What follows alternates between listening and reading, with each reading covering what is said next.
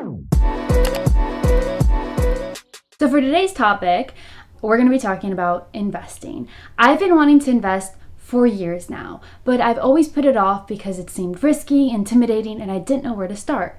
My parents didn't invest growing up, so I didn't have anyone to turn to, and they expected me to already be an expert since I have a degree in finance. Investing isn't taught in school, even though it should be, but it's something that you need to take the initiative to learn on your own. So that's what I finally decided to do at the start of 2020. I opened my brokerage account and got started investing. I'm not a financial advisor. I'm simply sharing with you the things that I've learned and the things that I do in my investing portfolio so that you can have some information to get started. But please continue educating yourself, watching more YouTube videos, and creating your own strategy for investing. So in this video, we're going to go over stocks, indexes, ETFs, how to open your brokerage account, and then I'm going to review some best practices and risks to investing, which is probably where the most valuable information in this video lies, so make sure to stick around and watch that content as well. Okay, first question.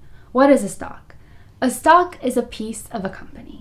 So let's say a company wants to raise money. What they can do is take a certain percentage of their company and decide to sell it. Let's say they take 10% and decide to sell it. The price that they sell that at is called the initial public offering, also known as IPO. So when you hear companies are IPOing, they're essentially selling a piece of their company out to the public to purchase. The best way I've heard this explained is imagine a company as a pizza. Your whole pizza is made up of 8 slices, and you decide to sell a slice or a portion of that pizza. So this slice is offered to the general public, and it's broken out into, let's say, 1 million pieces. Those little pieces are what we would call stocks. So the more pieces of the little pizza that you own, or the more pieces of stocks that you own, the more ownership you have in that company. So as that company does well over time, the more benefit and money your pockets will see as an owner of that company. The goal is to buy a stock at a really low price, like $50, and sell it at a really high price, like $270.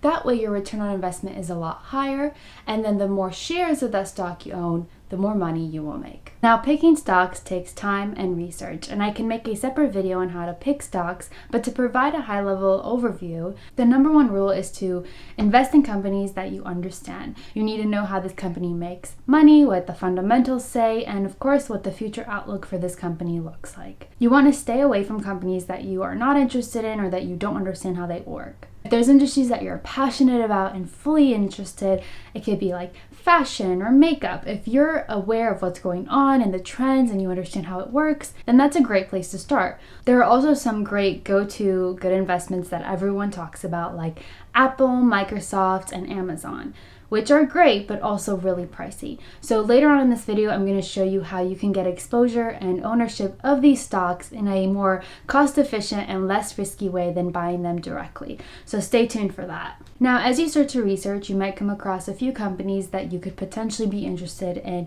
purchasing stock. And you might not have time to delve super deep into the research of each of these companies. What I like to do is use online platforms to help me get an initial look into these stocks and how they could possibly perform over the next few years. You can go on here and it'll have some indicators into what analysts are saying about this stock, what the high target price is set at, what financial service firms are recommending, whether it's a buy, a sell, a hold. This is a great way to get a feel for what this stock could potentially hold for your portfolio without having to get into all the financial statements.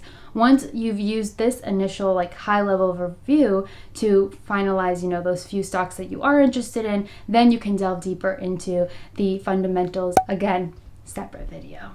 Okay, now that we've gone over what a stock is, we can now move on to a stock index. A stock index measures the overall performance of a market or a subset of that market. Now, these past few months, you probably heard every news channel talking about the Dow and the S&P 500. These are indexes that measure the US stock market. The Dow is comprised of 30 large U.S. companies, and while it is heavily followed, it is not the best representation of the overall U.S. market. The index that you want to be following is the S&P 500. This index is comprised of the 500 largest U.S. companies, and it is the best representation of the overall U.S. market.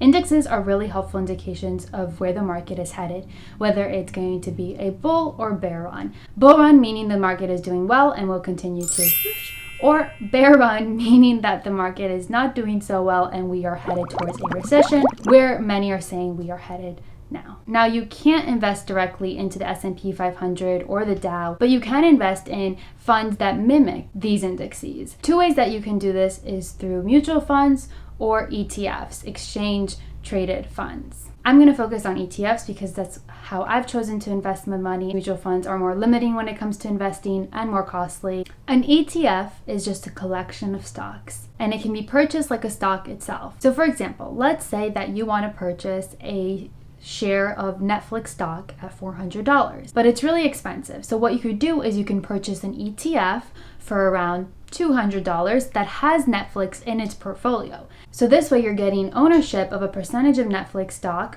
with the added diversification of all the other stocks in that portfolio. And as all the companies in that portfolio do well, the price of your ETF will go up and you will start to make money. Now, the two most commonly invested ETFs that mimic the S&P 500 would be the SPY and the VOO. You don't need to purchase both, just pick one. Now, the difference between these two is mainly the expense ratio, but there are a lot of videos out there that go into deeper details. I wanted a less expense ratio for my ETF, so I went with VOO. Now, there are ETFs for all the industries out there, so if there's one that you're really interested in, you can just go ahead and Google top ETFs for this industry and start doing research on ones that you'd be interested in investing in. That's what I did for the tech industry, and that's when I came across the QQQ, and that's where I started to invest to get exposure to those tech companies that I was interested in. So now that we've laid the foundation in understanding stocks, stock index, and ETFs, we can move on to opening your investing account, which is called a brokerage account. There are many firms and platforms you can use to open a brokerage account with. I recommend doing some research and looking for ones that hold the best benefit for what your investment strategy is. I was looking for stocks and ETFs, and the majority of the platforms offer those for free, so all my options are open. A lot of my friends like to use Robinhood because it's up and coming and easy to use, but I wanted a more established company, so I decided to go with Charles Schwab in the end because it had a great customer service platform, and as a newbie you're gonna have a lot of questions, so you want to make sure you have that support easily available to you, and it had a lot of great reviews. But there are a lot of options. There's Fidelity, there's Vanguard. A lot of the major banks also have their own trading platforms, so look into the ones that you bank with. Once your brokerage account is open, what you want to do is connect it to your savings or checkings account and start transferring money over to your investing profile. Now, this brings me to my tip number one in best practice tips. Only invest money you know you're not going to need for the next 5 to 10 years, okay? So money you need for your rent or your mortgage, bills, loans, food, shelter, anything to live, do not touch that money. Do not touch your emergency fund, right? If COVID has taught us anything, it's that you should have money saved away in case you lose your job or you don't have income coming in. You need that savings account to live off of. Once these two bases are covered, any leftover money you have, that's what you can start investing into the market. A great way to also do this is to take a certain percentage of your paycheck that you receive and say that you're going to donate this every single, month, quarter, week, whatever, into your brokerage account and put that money away into investing. My next tip for you guys, don't time the market. It's the number one thing you'll hear any investor tell you.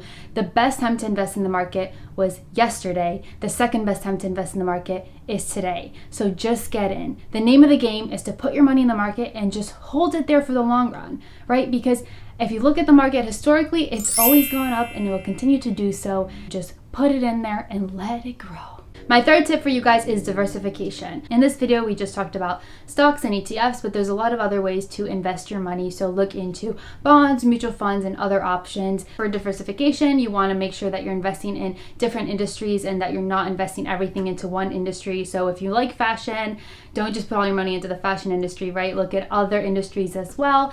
And look at some defense stocks as well, meaning that if we're headed towards a recession, these stocks are bound to do great regardless. You want to have a well-rounded and balanced portfolio that will support any status that the economy is in. And then finally, get some international exposure, right? The effects of COVID are still unknown, but I'm sure that there will be some international markets that will rise to the occasion and really outperform. If you're still not sure about jumping right in, don't worry, you don't have to. There's a lot of game simulations online that will allow you to invest into the live market, but with fake online money. So you're able to see how these stocks that you would have potentially purchased will perform. And this helps you learn the processes, get your feet wet, and understand the market better before you actually put in real money. The last and most important step is to always let your logic and not your emotions drive your investing strategy. Remember that you haven't really made or lost money until you sell a stock. If the price of your stock falls, this doesn't mean that you've automatically lost your money. What this means is that you just need to do some research into the fundamentals of the company. And what you want to look for is, are they still the same? Are they still strong? And can this stock continue to go back up again over time? If this is the case, then you have two options. You can just continue to hold on to the stock that you have and wait for the price to rise, or you can buy even more of that stock because technically it's on sale if you believe that over time it'll go back up again, so your return will be a lot larger.